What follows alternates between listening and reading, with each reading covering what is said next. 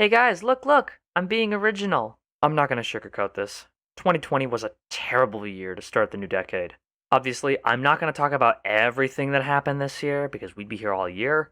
It'd be 2022 by the end of this. So, I'm gonna be talking about the more interesting parts of 2020, or the loudest parts of 2020 in this case. The obvious thing that happened for me was pretty much reviving this channel and later creating Rush Review, but it's not about me. This is about the world. Let's start by going into a rapid fire of sorts, in no particular order.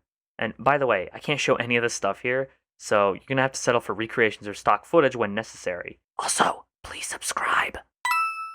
You guys remember when World War III almost happened? Anyone? Well, that was something. What the hell was that about? These giant killer hornets just appeared out of nowhere, and they appeared how many times? It's so forgettable, even I forgot about this. Well, at least they found the nest. Yep, big tech has you by the balls. Please support alternate tech whenever possible, and if you're watching this video on Odyssey, hi. Anyway, this monopoly is just gonna get wilder from here.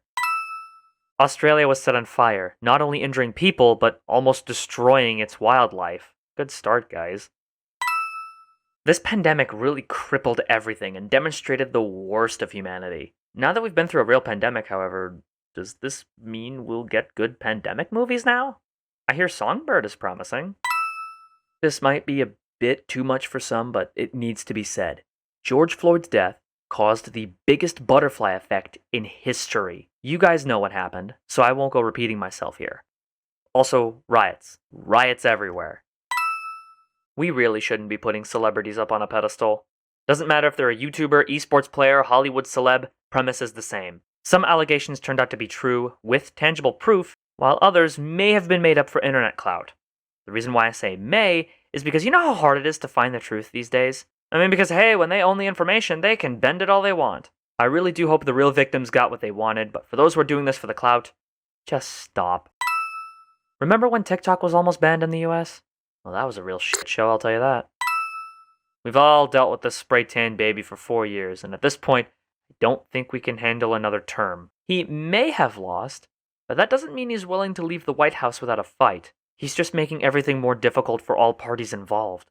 Just accept your defeat and go back to the golf course, because it feels like you're better at playing golf than being a good president. I'm sneaking this one in because this was the worst launch for any product ever. Nvidia's RTX 30 series cards were released in September with very limited supply, with scalpers having more stock than the manufacturer. Oh, and fun fact, the same thing happened with the two next-gen consoles that released last month. Enough about hardware, let's talk games. There were a lot more hits than misses this year in my eyes. At least from what I've played anyway. Some provided a good escape while we were all stuck inside during mass quarantine, and some were just a form of torture in an ultra-thick box. At least Cyberpunk finally came out after 3 or 4 delays? I may have missed something, so please let me know in the comments below what I missed. I just hope we can all learn from our mistakes. Now Nintendo, on the other hand, as a game developer, Nintendo makes some A+ content. As a company, why do they keep shooting themselves in the foot like this? It's a madhouse! Look, if Microsoft cares more about the Smash competitive scene, there's a problem. And that's also the same company that bought Bethesda, so I wouldn't be surprised if they tried to buy Nintendo at this point. I am definitely going to be weary of their future titles moving forward. After the Smash Fighters Pass, of course. Good games don't mean shit when you treat your community like trash. I'm sorry, but it has to be said. And before you claim Nintendo hater in the comments, let me just remind you of the Wii U.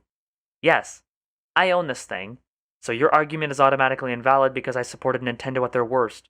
This goes for anybody who bought a Wii U during its heyday and is ballsy enough to criticize Nintendo like this. Excluding games, 2020 was trash, without a doubt. We all know the rule for 2021 going in. Do not talk about 2020.